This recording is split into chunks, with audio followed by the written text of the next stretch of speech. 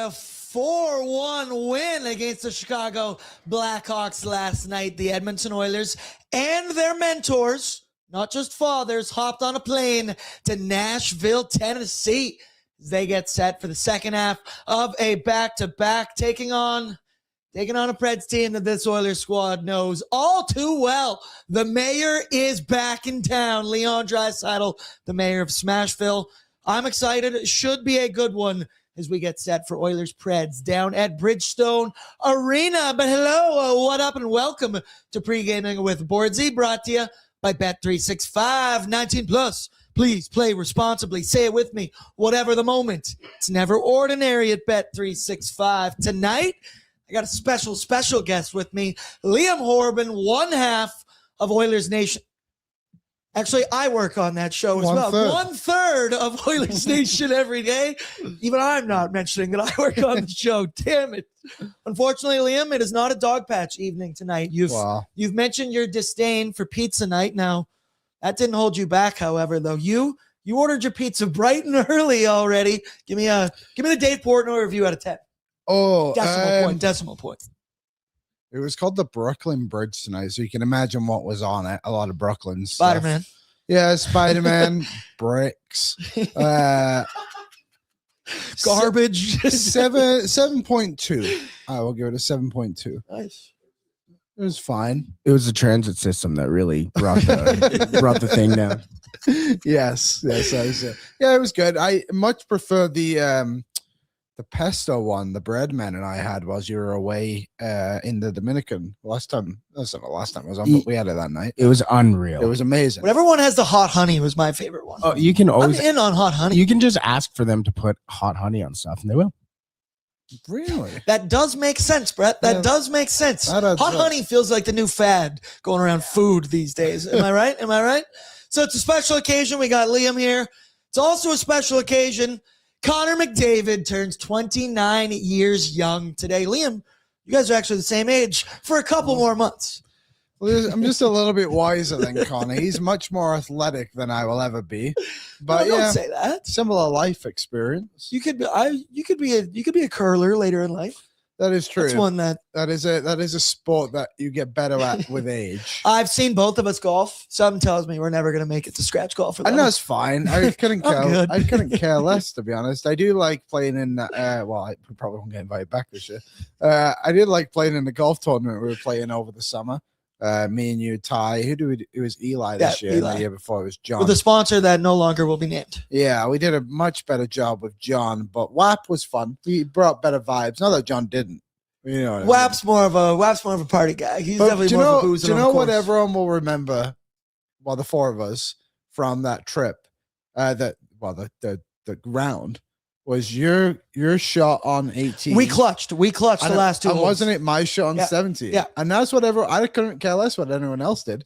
We got out. I got my shot. I got my guy. That was the first time we did the tournament. We were, I'll say it, bad. Yeah. Until the 17th and 18th holes, boys got ice in their veins, much like one Connor McDavid. So what did Peyton film you and ask you what you wished for Connor McDavid's birthday? No, Peyton knows better. Yeah, I thought so. I was curious when he was doing it. I was like, you gonna ask Liam that question? I said I wish that he gets the calendar year of all calendar years, a cup, an Olympic gold, a Hart Trophy, the Art Ross, and the Rocket Richard, which at this rate for Connor McDavid right now doesn't actually seem that far-fetched. He might will his team to victory, or his multiple teams this season to victory. I also checked it out.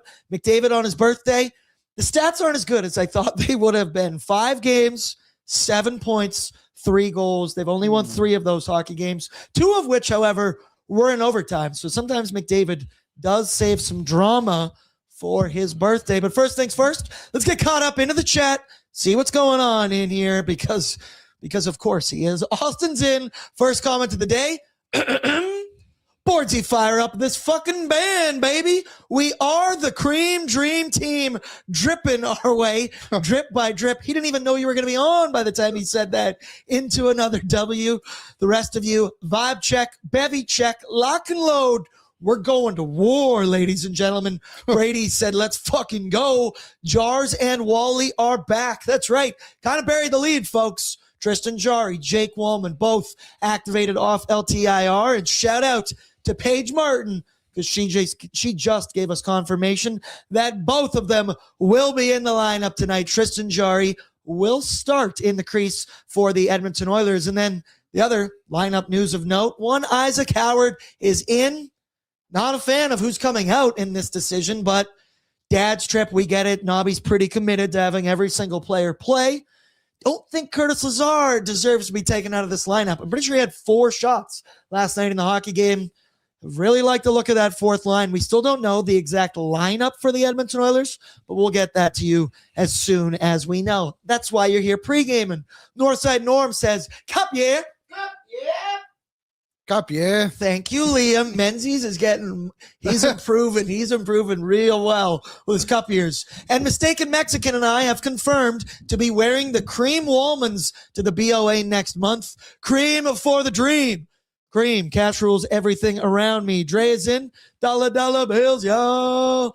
He says, let's get another dub tonight, boys. Cup, yeah. Cup, yeah. And then Spinner Chips, LFG, ladies and gents. Let's get the dub. Take these Preds to Pound Town, man. Cup, yeah, cup, yeah, cup, yeah. There's a lot of cup years in here. My queen, Tammy, she's saying we got this. And I do believe, speaking of Tammy, so, we've been adding it to the shows recently. You see the voicemail line pinned up at the top of the YouTube chat right now. You can throw it in pregame hype speeches. It says ONAD. I really should have changed the name for that because I will allow on pregaming, let them rip. And Brett, I do believe we may have been graced with a couple special voicemails to get hype for pregaming here. We do. In fact, we have 5. Oh, wow. Man. 2 of them are from Tammy, so we do have a part 1 and a part 2. So I'm going to play part 1 of Tammy first, and then we'll come back to Tammy a little later. But here comes Tammy. This is a message for Bread. Bread, we love you. I don't think you get enough love and appreciation from all of us. You're our Hollander. We're going to the cottage. You're awesome. I don't fully believe that you didn't voice modulate that and send that in. But then the Hollander part, if you were in the chat last night. That's crazy. What is that? I'm just going to use the term bottom, and I'm going to let you figure it out from there. Yeah, I said in the chat last night that I was a Hollander. Thinking, because I'm Team Hollander. I've been watching heated rivalry. That's the heated rivalry guy. And you're bottom? I just said I was a Hollander. Now we're connecting the dots. It wasn't we were live. I was just trying to get it out quick, and then Wow. Next voice. Next we got root beer. Yo, that was an awesome game by Connor Ingram, but Stuart Skinner is still the GOAT. Cup year. A man of few words. Connor Ingram Thank you, root beer. Was excellent last night. 29 out of 30. I believe he's had 2.34 goals saved above expected. And obviously, there's been a competition between him and Pickard, waiting for Tristan Jarry to come back. And right now, we'll get into it and you need to know, but the Oilers do have 3 goalies on their active roster and are $200,000 under the cap. So I don't know how long they'll be rolling with 3, but as of this moment, we know the pecking order here. And I'm still debating whether Connor Ingram could become the 1A. I have liked what I have seen thus far. Brett, we got a couple more still. We still got a couple more. Next up is Vinny. Ooh. Ingram playing game 1 of the playoffs? Question mark.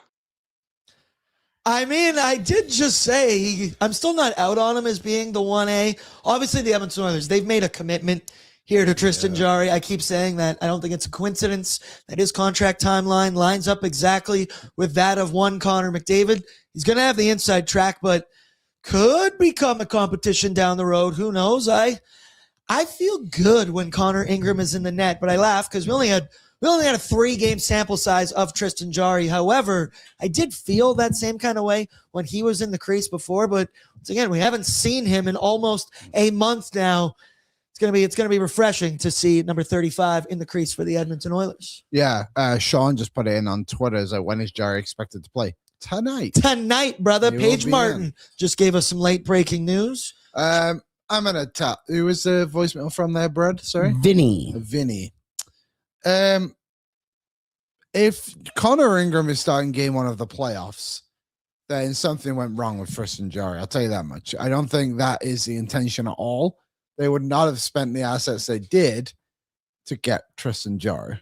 I still make this joke all the time that not funny, but funny, whatever you get there, that if the answer to the Edmonton Oilers crease problems have been right under our nose the entire time down in the AHL and all the conversations we had about the bullet in the holster that Stan Bowman had, and that if we only fired that bullet after trading for Tristan Jarry, at the end of the day, it's in any means necessary. Whatever way we get to solid goaltending in the NHL playoffs, I will not complain. Desperate times call for desperate measures. One more, Brett? We got two more.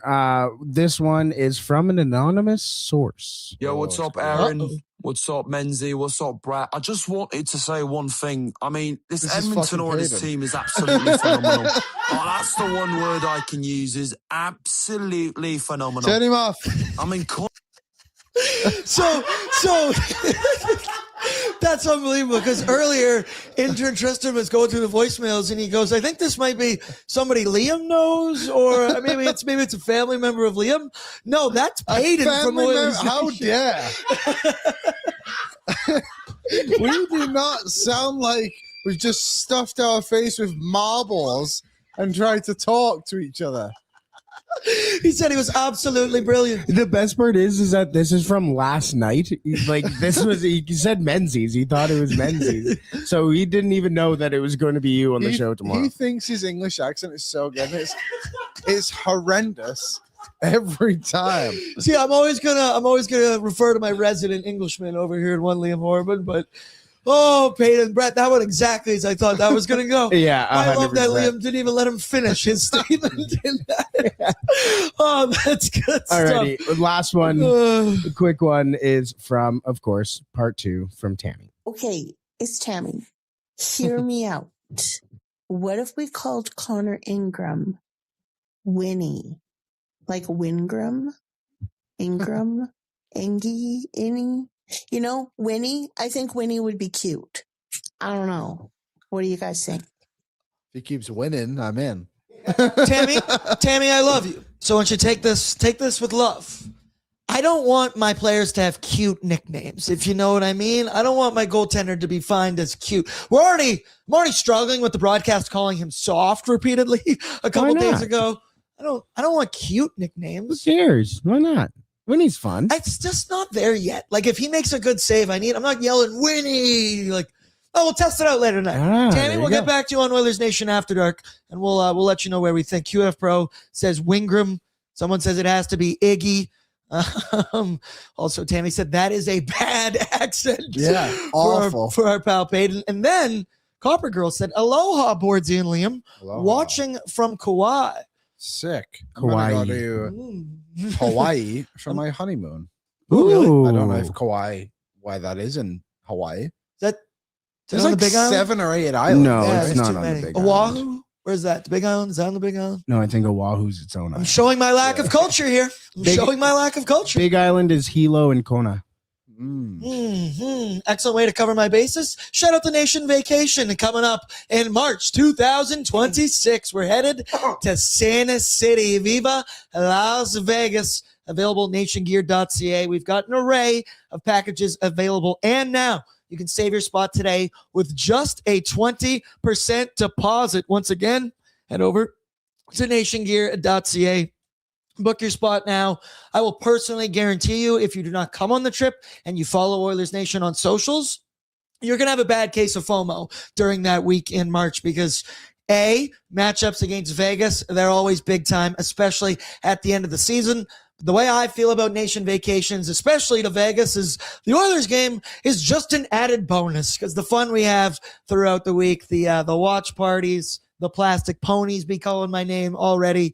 It is going to be an unbelievable time. nationgear.ca. But Liam, back to the ice. I was going to say the game almost like gets in the way of the Nation. It's seriously, like, it's crazy to say that, and especially like where our seats are, especially this season, this year, where we're going to be in the lower section, but in a private area, booze included, food included. It's a real bougie way to watch a hockey game, and I'll be real with you. That's the only time I really get to go to Oilers games anymore. So I like going hard. There was a hockey game? Yeah, memory's a little hazy from that one in Vegas. Good to know. Sounded like a good time from what I was told. That's what I heard. Absolutely. But the Oilers last night got back into the win column. And, after that disappointing result on Saturday night, we don't need to focus on it, but LA, second half of a back-to-back, injuries, they had their backup goaltender. So it was nice to see the Oilers respond last night. However, Liam, that 4-1 final score may be a bit deceiving because it was close. It was a one-goal game with 5 minutes remaining in that third period. The Oilers, they took their gas off, I'd say, not just for the final 20 minutes, but a stretch there in the second period as well. They were outshot in the third period. Now, at the end of the day, a win is a win is a win. There were lots of things to be happy about. Evan Bouchard was unbelievable. He's been on a solid run, dare I say, since the beginning of December, and hasn't really slowed down. He had 2 goals, 1 assist, plenty of big plays. I liked what I saw from Trent Frederick, the fourth line. Saw flashes all over the lineup. Matt Savoy may lack finish, but he is starting to be around it and has me thinking there might be a good performance right around the corner. And then on top of it all, you heard it in the voicemails, Connor Ingram was unbelievable last night for the Edmonton Oilers. Don't know why this is the way things go, but the Oilers tend to fall asleep to start hockey games, and they were turning pucks over left, right, and center in their own end, and Connor Ingram was there to bail them out. He had a .967 save percentage, as you see there on your screen. He was a massive part of the win, and Liam, I guess overall, it's a game against the Chicago Blackhawks at the end of the day. This is one you should win, but I've been consistent in saying this. The Oilers play 5 games in 7 days this week. That's a lot of hockey. That's a loaded schedule. But all 5 matchups are one that the Edmonton Oilers, on paper, there's a reason you play the games, but on paper, they should win every one of these, and 2 points in your pocket to kick off this 5-game stretch in 7 days. Feels good. Hopped on a plane right over to Nashville with the mentors. Hopefully those are 2 sick cities to go to for the dads, Chicago and Nashville. I assume maybe they're not the Tootsies kind of vibe, but they're the fancy dinner kind of vibe. Those would be 2 cities for me. But Liam, 2 points, kicking off the road trip successfully, I will say. It wasn't the prettiest game, but a win is a win. Yeah, I would agree. And I think like you said, their play got worse as the game went on. I think it also came with Chicago just finally pushing back a little bit too. I think the game was almost too easy for the Oilers in the first period, and then you get used to that as you're in the game, obviously, and then they push back, and it makes you look a little bit worse than you're actually playing at the end of the day. It did only allow 1 goal. Chicago had their chances, but Ingram stood tall and made some good saves. So that was good. I think for the offense, if they just put that game away early, we wouldn't even have to talk about the rest of it. Yeah, if it wasn't for Spencer Knight in that hockey game, the Oilers could have been up 4-0 10 minutes in. And that's what I think too. So if they Kapanen, what did he have? 2 or 3 chances in the first. Savoy, you mentioned he had a good chance. I think it was Nuge had a really good chance at the back. Even goal the fourth line had chances. Yeah, I think Lazar and Frederick both had good chances in that game, whichever one came in the first. But I thought they played well. They just needed to score. They deserve more. This game, there's no way. This ended up being 4-1. And when you look at the score sheet, if you didn't look, you'd be like, oh, it wasn't that close. And it wasn't that close, but it was that close. Yeah, I still look at the deserved O&O meter, and it was something 70% in favor of the Edmonton Oilers. They got what they deserved, and of course they did. They were wearing their cream team jerseys. The cream dream really cannot be explained right now, but the Oilers, I'm not going to fight it. They are 5-0 when they rock these unis, as there you see on the screen. 6-3 win, 9-4 win, 6-2 win, 5-1 win, and a 4-1 win on the road. Tonight, they will wear the creams once again for the final time this season. If you look at that 5-0 record, they have outscored the opposition 30-11. I don't get it. It even applies to the Bakersfield Condors. Did you know they have yet to lose a game in regulation while wearing their cream alternates as well? Really? They're 4-0-2 on the year. And as I just mentioned, this will be the last time we get to see it all season. It's a nice way to close out the dad's trip. I like seeing all them wearing the cream jerseys as well up in the stands. These are the last time they wear them, I believe. They can't. Petition to get them in the playoffs. Remember when they wore like the dark navy ones in the playoffs? Well, even the Toronto Blue Jays during in their run at the end of the season and the start of the playoffs, they changed the white panel hats with the Blue Jay because they were winning with them on. I'm not saying. Just saying. So if the Oilers score more than 6 goals tonight, we will start the petition to get them to continue wearing these bad boys. Now, Liam, we did talk about it. I'm worried about the jersey matchup a little bit tonight.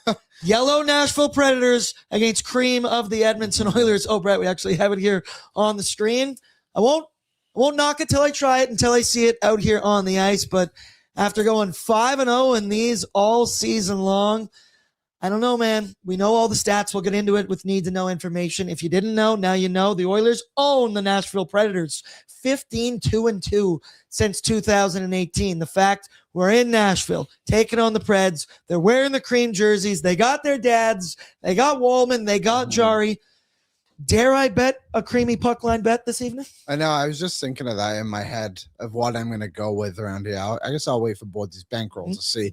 Breadman, can you just pull up those jersey matchups again for me, please? Because I obviously, we were talking about this on our show earlier. I guess it is just the Preds versus the Rangers, right? Yeah, I guess. Kind of, yeah.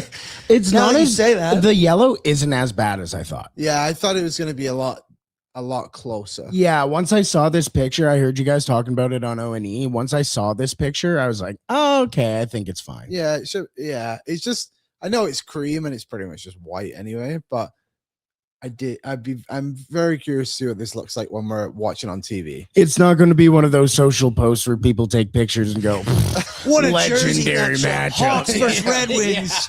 Yeah. Tammy, I'll always refer to her. She's my queen. That looks ugly. The Preds should change. No, they just shouldn't even show up out there on the ice because, like I just said, if we weren't already confident in the Edmonton Oilers, 5-0 in the Creams, 15-2-2 since 2018. Well, here comes the cavalry for the Edmonton Oilers. They are getting their reinforcements this evening. Both Jake Walman and Tristan Jarry activated off LTIR. Clap it up for the boys. This is something we have been waiting for a minute.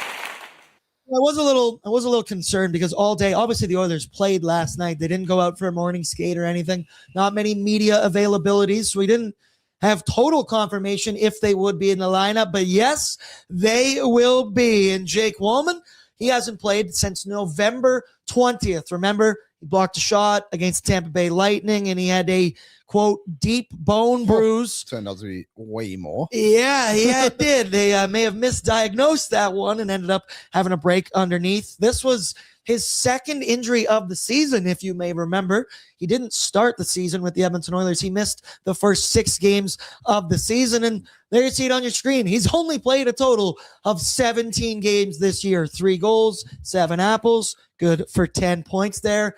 After signing a 7-year, $49 million total contract this summer, hey, we need to see him out in the lineup. Your best ability is availability.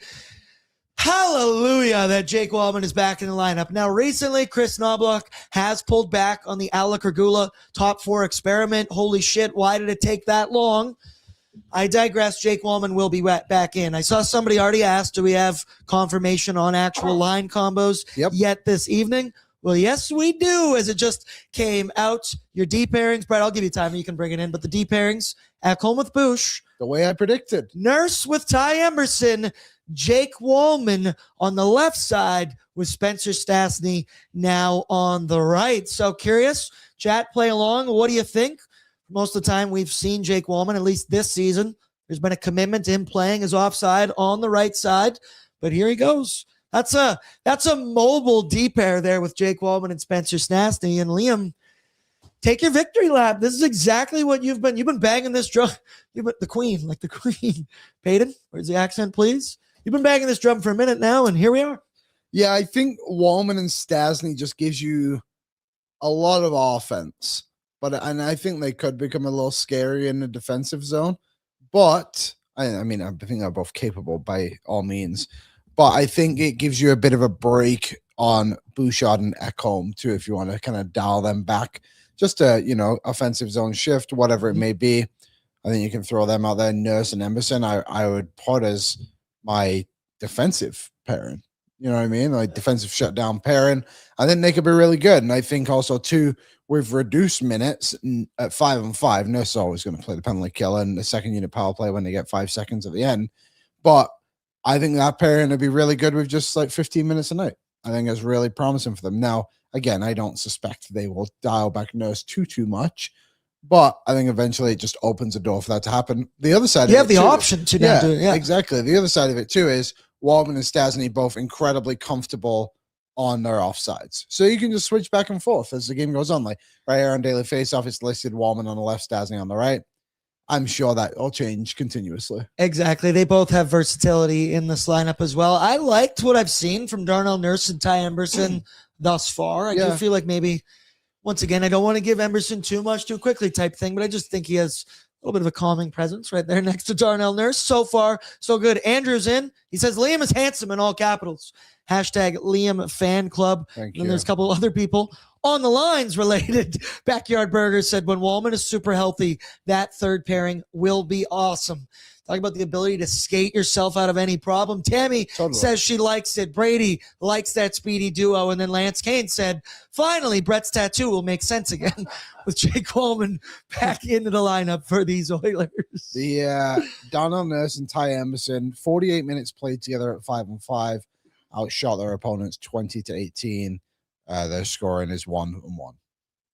It's fine. I'll take that so far. It hasn't been anything. And also, too, I believe, if I'm not mistaken, the one goal they've been on the ice for would have been the goal yesterday when it wasn't really on either of them. Connor Ingram just dropped the puck. Yeah, it's true. Yeah, because we talked about this yesterday on Oilersnation every day that they had yet to give up a 5v5 goal with them on the ice. Now, Jake Walman, he's going to be back for the D pairings. Tristan Jarry is expected to man the crease tonight for the Oilers. He has missed the last month of hockey after he only appeared in 3 games for the Edmonton Oilers after being acquired. It was 3 games, 3 wins. Now, those numbers are nothing special to write home about. 308 goals against average with an 887 save percentage. You might say after getting injured in his third start against Boston, he did get the W, and that third start might have been his best performance yet. He had stopped all 13 shots that we saw, and the injury was obviously a tough blow to the Oilers fans, Oilers podcast hosts everywhere who had to tell people that Jarry wasn't injury prone. Just kidding, Liam. Just kidding. He's not injury prone. I don't care. Whatever the fuck your definition of prone is, I don't care. Shout out Connor Ingram and Calvin Pickard for allowing the Oilers to, tread water while he was injured. But now Jarry is back, and he will be the presumed 1A moving forward. The Oilers now have 3 goalies on their active roster. They actually have 13 forwards, 7 defensemen, and 3 goalies. Not expecting Calvin Pickard to get much playing time. We talked about it a lot on ONE. I think Picks is in the perfect role of official vibes officer for the Edmonton Oilers. He's DJ, music guy in the locker room. Maybe he's at all the team dinners, cracking the jokes, doing whatever he can. But as for Jarry, I am very excited to see him back in the crease. The idea of a duo of Jarry and Ingram really, really excites me. It's also just a new toy feeling. The idea of the Oilers, on the fly, completely flipping their goaltending duo this season, much like last year. We saw the Colorado Avalanche do, and look where they are this season. They're feeling good. Also, Tristan Jarry, it'll be his first game back after missing a month with a lower body injury. So maybe temper your expectations just a little bit, but he has been taking part in full practices for about a week now. Liam, it's good to see him back in the lineup. And number 35, Jarry, starting tonight. Yeah, Calvin Pickard will be the backup, by the way, for those who are curious. I wouldn't read too much into that. We can get into the goalie debate if you want, but just on Jarry, the others just play well for him. That's what I'm going to say. Like, give this guy a chance to breathe and don't do what he did to Connor Ingram last night, where his first 2 shots are right, the back-to-backs right at him. So I think Jarry's been good for the Oilers, to be honest. I think those stats aren't very fair, because you look at a couple of the goals. What was it? It was the one with like 20 seconds left against Toronto, another late one against Pittsburgh, if I'm not mistaken, that would have brought both those games over in 900 saves. The eye test, he was good in those passed the eye test. Yeah, I liked him a lot. So hopefully he can kind of continue that trend and let the good times roll. We got to talk about it, Liam, because I was shocked today on Oilers Nation every day in the chat how many people are even believing, maybe they're lying to themselves, that Calvin Pickard might be sticking around with the Edmonton Oilers. I heard people saying Connor Ingram will be the one sent down to the AHL. What were you watching for the last month of Edmonton Oilers hockey? I get we all love Calvin Pickard. We appreciate everything that he's done for us before. I feel like a dick as I say this with sass, but it is a what have you done for me lately league. And the last month, thoroughly, not even fucking close. Connor Ingram has outplayed Calvin Pickard, and he should be the backup, in my opinion, to one Tristan Jarry. Calvin Pickard, those numbers are vastly improved. Yes, he's been better lately. That's, not saying much from where he was earlier on in the season. Liam, we've been sitting here around the office all day, all afternoon today going, I just don't get what people are seeing or talking about with Calvin Pickard. I just don't get it either. We got a comment too on the post ONE on the chat. I'll read it to you. It's a long one, so bear with me. And I had pizza, so now my nose is stuffed. So I hear me breathing into the mic a little bit harder than usual. This is from Derek. Thank you for your comment, Derek. Delightful Derek or dipshit Derek? I'll let you decide. That's a Stranger Things reference. Liam got it. I'll let you decide by the end of this comment. Oh, he's dipshit. So let's throw the goalie discussion, i.e. let's throw Pickard away. Or stated more clearly, Ingram versus Pickard is missing two important aspects of team building that Tyler and Liam are missing. It's called veteran prioritization, i.e. respect to a player's past and future performance on the team and unfulfilled potential. I don't know if Calvin Pickard has an unfulfilled potential, but either way, whatever. Your comment is fine so far. I will, as I sarcastically go through this comment, I do understand what this person's saying, and I respect the idea that they're trying to throw out, and that's fine. Pickard is just as hungry for a Stanley Cup as McDavid and Draisaitl. I think you could say everyone is equally as hungry, but I digress. This guy is liked by all and has battled for you this far. To give up on him just as he is a key moment to fulfill his potential to be a Stanley Cup champion, an opportunity for him to prove if he is in a backup role, is a disrespectful to a veteran and ignores his accomplishments and dedication to this team, both past and present, because his numbers are just as good as Ingram in the NHL currently. And let's be honest, the difference is negligible. No, you are wrong when you say that. Thank you, Brad. What? Excellent time. Sending him down / putting him on waivers is just heartless and unnecessary. Tears away the fabric of the soul of the team. You have to want to win a cup for a reason. McDavid, Dry, Hyman, Nudes, Bush, Walman will all play that much harder for the guy and feel that much better after winning that championship than they would without him. What I would say to those people who agree with this gentleman's comment, ask yourself what you would say if it said Stuart Skinner instead of Calvin Pickard. Ding, ding, ding, ding, ding, ding, ding.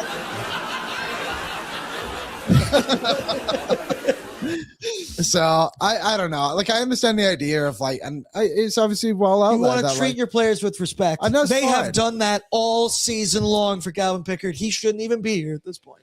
I just think it gets to a point where, well, firstly, this person's wrong in the sense of the numbers, the difference. Let's be honest, the difference is negligible. Strong disagree, brother. Strong night disagree. And day. It's crazy. I just think that it's just you get to a point where you can't look at the individual anymore, and the team has to recognize what is happening. Connor Ingram has earned a spot on this roster. This isn't some 19-year-old kid in Connor Ingram and Calvin Pickard be the age he is. It's like Connor Ingram could be your backup for a few years. Mm-hmm. Calvin Pickard's gone at the end of the season no matter what. They're making Calvin Pickard sound like fucking Martin St. Louis or Martin Brodeur in St. Louis, bro. Like, I get we love him and we love our guys and we appreciate everything that Pix has done for us. There's so many things to unpack, and that too long, don't read. I need joint posts. I had to look at that because I had to read this myself to get more, on I here. just didn't read it. Yeah, I know. And then he says that putting him on, it's heartless. It's a business, brother. It is a what have you done for me lately league. I can't get down with that part. That's heartless. Actually, they just left a voicemail, actually. I knew exactly what you're doing. I knew exactly what you were That doing was a right baby there. crying. Hey, keep on, keep throwing the takes in once again when we will sometimes eviscerate them. Yeah. We'll also agree with you from time to time. Shoot. You always shoot off your takes. And then already 36 minutes past the hour. Look at us. Yeah. My favorite start time is 6 p.m. by far. I still get to get home at like a semi-decent time. But for tonight, the enemy, the Nashville Predators, the Oilers on the second half of a back-to-back. The Predators, the final game of a 4-game homestand in which they have gone 2-1-0 thus far. But let's not forget what happened before that homestand, Liam. The Edmonton Oilers belt to ass 6-2 victory over these Preds a week ago.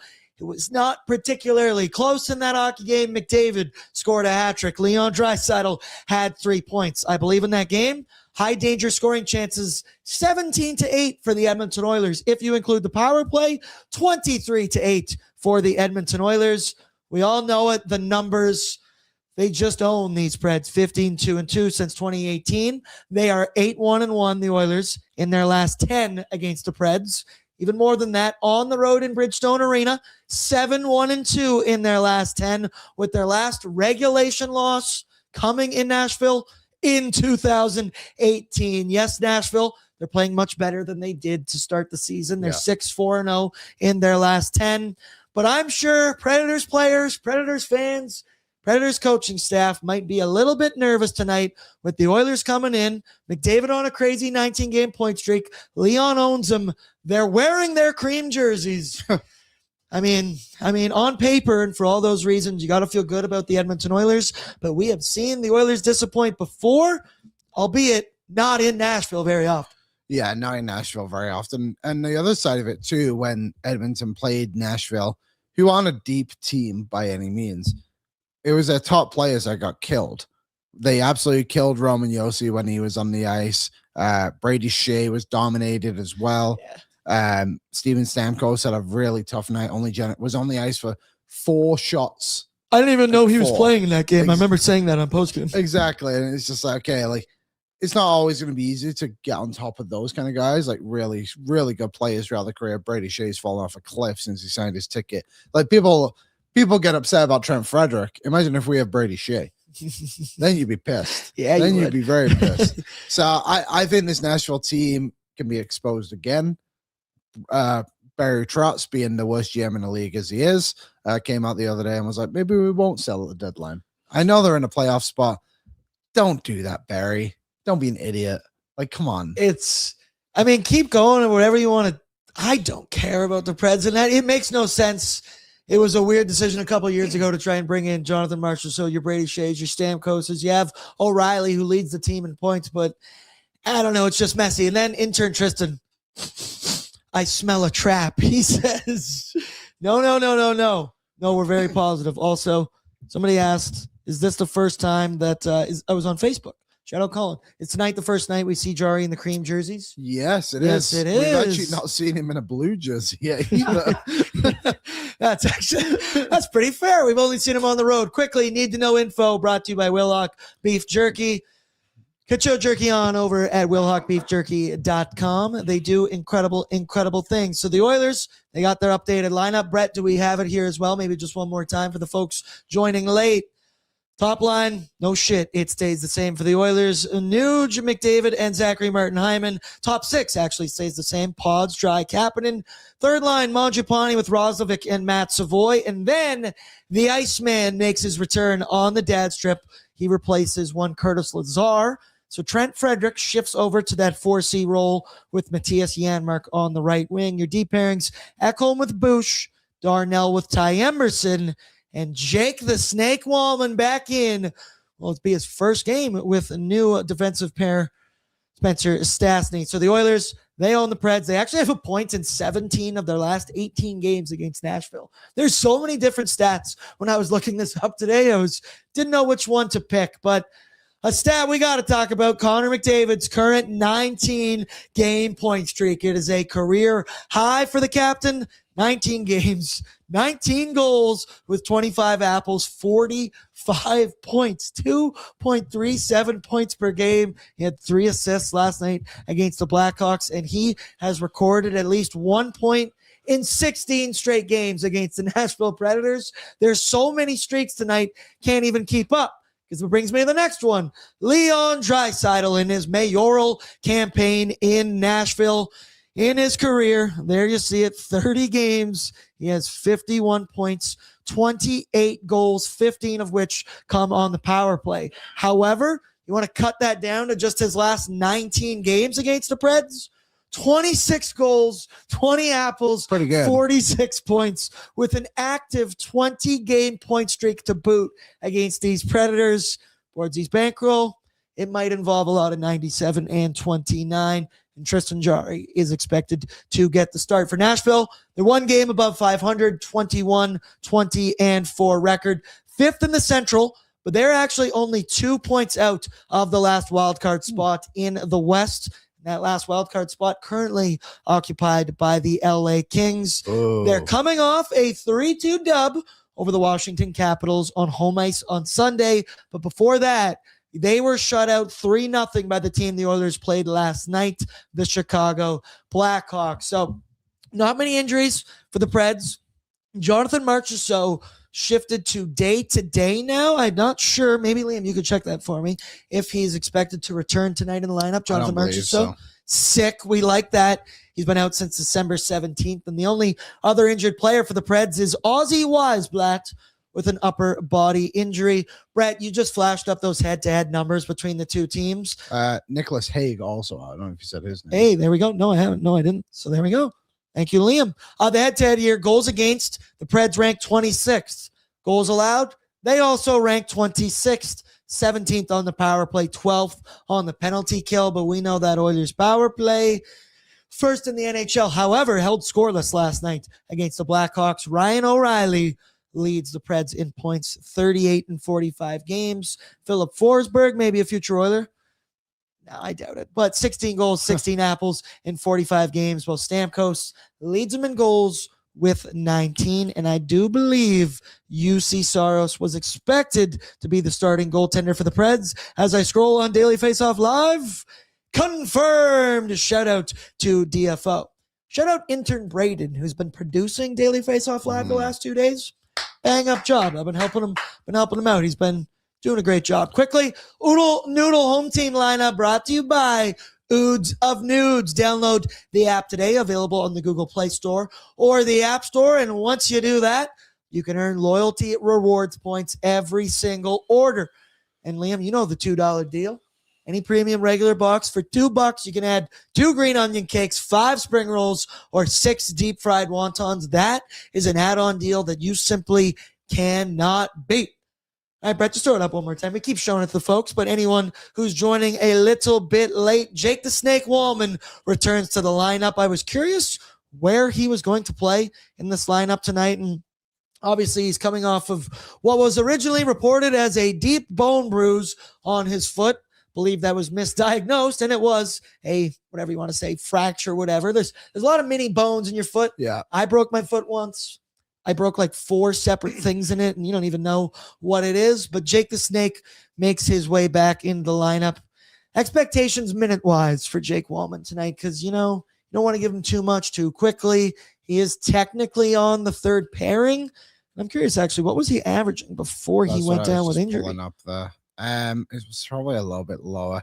He was getting like 20 minutes. I'll say over under. First game back, you got 18:50, but there was probably 2 overtime shifts in there. I'll say 17 and a half over under. I'll say over. Right. I feel like that's just a way, and maybe that's the indication here that me personally I'm getting from Chris Knobloch is this is a more spread out 3 defensive pairs that, maybe not be your Alec Regula playing 8 minutes a night while you're just cycling the shit out of the 5 other guys in the lineup. But then other than that, Ike Howard, he returns. Andrew Mangiapane, color me shocked, stays in the lineup for 2 consecutive games in a row. I hate the fact that Curtis Lazar gets taken out of this lineup. I do not think it is justified by any degree. The Oilers' 4th line over the last 3 games, I want to say, Winnipeg, LA, and then last night against Chicago, they have been good. They have been an asset to this Oilers team, and especially last night against the Blackhawks. They were unbelievable. I believe over the last 3 games, Tyler said the numbers on ONE. They have a 27-13 advantage in shot attempts, or they did. Curtis Lazar, Janmark, and one Trent Frederick. They had an advantage 16-6 in shots, 19-5 in scoring chances, a 78% expected goals for percentage over the last 3 games. But Nobby's taken out Curtis Lazar. I like that Howard's getting in the lineup. His dad obviously traveled and wants to see his son. You know what I believe what he said in the video was if Isaac wasn't doing anything else, he would be was his stand-up comedian? No, I thought he said professional golfer. Yeah, professional. Yeah, you would think he'd be a professional golfer. Not too late, Isaac Howard. But Liam, I get that you want everybody to be in the lineup on the dad's trip, and that is exactly why I would have taken out Andrew Mangiapane, not Curtis Lazar. I agree. I think the only thing, one thing I noticed when I was at the game on Saturday against the Kings, they were throwing Frederick out when they needed to. So, for example, it was later on in the game, third period mostly. Draisaitl was going on the ice, so they throw Frederick on his wing just in case he was kicked out the face-off. So I wonder if they're just starting to trust Frederick a little bit more, and that's why Lazar would come up. I don't agree with the decision either. He did only play just over 7 minutes last game. Frederick was 9:28. Mangiapane was 11:26. Those are your bottom 3. Not a lot of odd man time in the first couple of periods. What was it? Probably halfway through the second.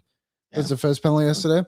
I'm shocked at the decision. I thought it would have just been easier to take out Mangiapane, who I don't think was baddest. I don't think he did anything that great. It was just classic Andrew Mangiapane. Yeah. He was there. So maybe they're just looking for a bit more speed on that 4th line. But what I would also counter my own argument for on that is Lazar brings you a lot of aggression on that line. I really like his style, and I think that 4th line was finding something. I think that 3rd line was finding something with Howard in the lineup. And I would just let the good times roll with those guys, but clearly that's not what they're doing. I was thinking about this too, but could you imagine being Andrew Mangiapane's dad on this trip?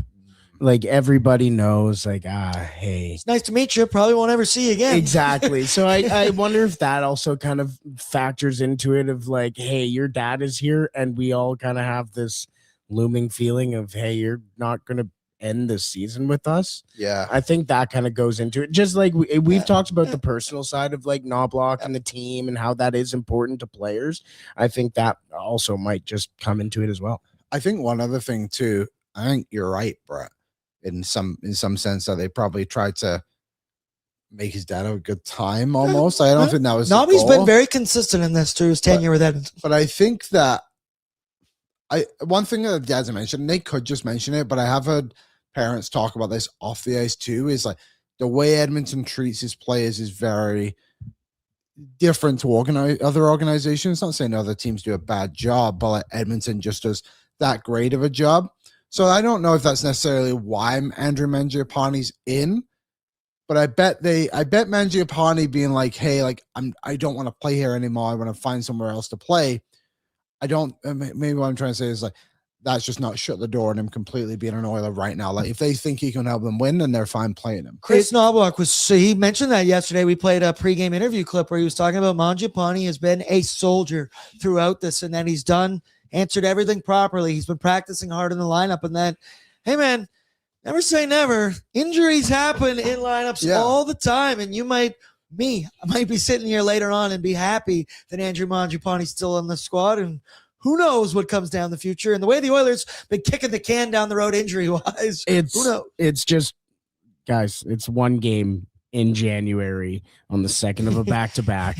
If the Oilers lost this game solely because of Andrew Mangiapane being in the lineup over Curtis Lazar, they didn't deserve to win. There's something going wrong. Yeah, absolutely. Dave B's been so consistent. Fuck feelings. They are professionals. I would agree with the other dads. And then the other final thing, we got Sean Panganiman's tweet. Throw it up. Freddie, starting to see something here. Starting to see something from Trent Frederick in his last couple games. And last night, that was his best performance we've seen in a minute. 9:25 of ice time. 3 shots, 9-2 edging shots when he was on the ice 14-3 scoring chances, 5-1 high danger, 83.52 expected goals for percentage. He's doing things the right way. Let's quickly go now. Starting goaltender report brought to you by Dog Patch. Liam he told you all you needed to know, and that's just the pizza. I can safely say every single piece of food I have tried off the Dog Patch menu has been at least above a 7.0 on the Dave Portnoy scale, and that's harsh rankings. Those are tough ranking scales. Come on down. Keep it locked on our socials. We'll be there throughout the season. Come have a good food. Come have a bite and a beer with me and Brett. How many B words can I use in that? Pull it up for me, Brett. Till the tape between the two goals. I was trying to find another B word there, and I couldn't find it. Brussels sprouts. They have them at Dog Patch. Ooh, there you go. Tristan Jarry versus UC Sorrow. So there's Tristan Jarry's numbers this season as a whole. He's obviously 3-0 with the Oilers, but those are good numbers. 906 save percentage, 2.73. And on the other side, a guy who many wanted to be an Edmonton Oiler this upcoming summer, 17-15-3, 2.94 goals against with an 8.97 save percentage. As for UC Saros, his career record against the Oilers, 3-8-1, even though he has a 904 save percentage.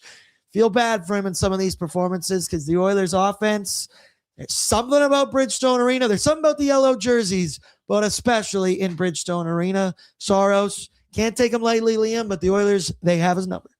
Yeah, they've been able to figure him out, which is good because sometimes the Oilers go up against these top goalies and they struggle, quite frankly. We saw it a little bit yesterday with Spencer Knight, but then we've seen it in the past too. Jeremy Swayman's been a tough nut for them to crack this season. They beat him once, but God, that was a hard-fought win for them. The other time was Connor Ingram's lone bad game for the Oilers. So, yeah, Saros is a good goalie. The Oilers have the offense to beat him if they can play to their standards. Hell yeah. Then Tristan Jarry. Good luck, brother. Mm-hmm. Stay healthy. He will. He's not injury prone. No. Quickly, Nashville lineup brought to you by the Jasper Pond Hockey Tournament. Liam, we just got our sleeping arrangements sent down in a company-wide email. You bunking with your fiance. Thank God. Me bunking with Reese, baby. Oh yeah, Rooster. teammates. Also, feel bad for Patrick Puff. He got the short end of the stick. So I, officially on Team Oilers Nation. Reese also on Team Oilers Nation. Pat, he's on Team Barn Burner, according to the PDF document I just got sent. Yeah. What are the odds he actually comes now? What I'll say to that is this. Barn Burner, find your own guys. Yeah, come on. How is year 4? I think you're 3 or 4 at least. Yeah. So I believe there's 7 on Oilers Nation, 7 on Flames Nation. We should just get 8 and they should get 6. You don't get our guy. Rhett, you played in the league.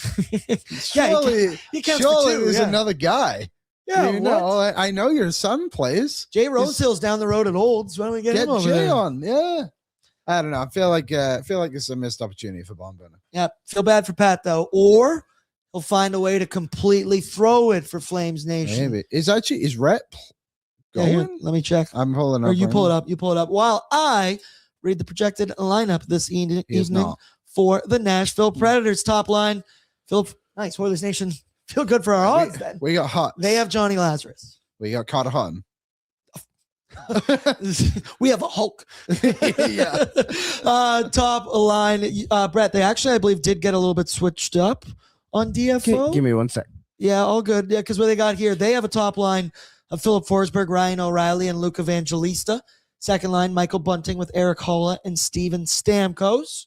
Tyson Yost, Fedor Svechkov with Matthew Wood, and then Reed Schaefer, I do believe, to be on the fourth line with Michael McCarron and Cole Smith. D pairings, Yossi with Nick Perbix, Brady Shea, who had an expected goals for percentage that started in the 20s in the Oilers' 6-2 win in their last game. He's paired with Adam Wilsby. The third pairing is Justin Barron with Nick Blankenberg. No Jonathan Marchessault. Then you look through that lineup, Steven Stamkos. He's kind of found new life. He had a very tough start to his Nashville Predators career. He scored a goal in their last game against Washington. He actually has 13 points in his last 12 games. I went and looked at it a little bit. Philip Forsberg, I'd like him to become an Oiler one day. He has 1 assist in his last 6 games. He's in the midst of a little bit of a small scoring or lack of scoring streak, I should say. And then Reed Schaefer revenge goal, anybody? Maybe. Probably not. But thoughts on that Nashville group? I mean, I'd ask you to give me a player to watch, but I mean, it's pretty much probably somebody from the top line. But last game, the Oilers, they took care of business against that top line. I'll tell you the person to watch. So throughout my scouting career, Stu Hyman in the crowd. Yeah. Keep your eyes on him. Throughout my scouting career, there's always someone who you make a mistake on. You look at them and you're like, that guy's not as good as everyone else thinks he is. He's slow. He's lazy. He doesn't do anything on one side of the red line. That player was Matthew Wood. He then proceeded to go, 15th overall in the NHL draft. He was playing on West Van back in the day, and I remember watching him at the John Reed tournament, which is coming up this weekend.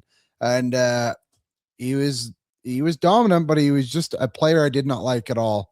Now he's really good, and I will admit I was wrong. I like that you own that one. Yeah, we all take swings and misses. Yeah, he's a good player. Well, shoot. Scout's got to shoot anyways. Exactly. And he was one of like the few players from that draft that went to the BCHL, then to the NCAA, and now Did he go to Boston College? No, he went to Connecticut. That's right. Okay. And then Minnesota for a year, I think, or Duluth, one of those two. Okay, let's quickly go. Bordzy's Bankroll brought to you by Bet365. Whatever the moment, it's never ordinary at Bet365. Download the app today. Please play responsibly. 19 plus, of course. And Liam, you're going to hate Bordzy's Bankroll today. Oh, no. Because it is exactly Tyler Remchuk's Oilers Nation everyday bet. When he threw it up, I had already had this placed in Bordzy's Bankroll. I was like, I don't know. I looked through it. So it was Mark Spector. He had a tweet earlier today, and I'll just share the numbers with you. In McDavid's last 16 games against Nashville, he has 39 points. In Draisaitl's last 19 games, he has 46 points with a 20-game point streak. And then once again, the Oilers 15-2-2 since 2018. So I said, Aaron, you've been lacking on Bordzy's Bankroll. Don't overthink it. 2 for Connor, 2 for Leon. Take him on the money line, which was a little shocking for me with the history between these two teams that the Oilers minus 130 on the money line. Smashed that one, in my opinion, parlayed together. I do believe I got plus 210. This is nothing crazy. This is nothing groundbreaking. This is just pick the Edmonton Oilers' best players and pick them to win, Liam. It's a simple. I'm a simple man. I'm a simple man. Yeah, I like it. I hope it misses. Yeah, I know you do. Yeah, you're back up above zero though. Annoying. Yeah. I wish I could say the same for Bordzy's Bankroll. Like one of them can miss. Like I want the Oilers to win. That one needs to hit for all of us. Draisaitl can do his thing, but then McDavid just 1 point's good. 1 point tonight. Yeah, that's fair enough. What was your game day bet today? The Nuge bet. I did Nuge point, Nuge over 1.5 shots. It was plus 140. Pretty good. Value, I think that is very good. He's value. on quite a point streak himself. I think 6 games. Maybe I should get some Evan Bouchard. He's been on a scoring tear recently, and he's now up to 46 points in 46 games this season. But boys, final question. Chat, play along.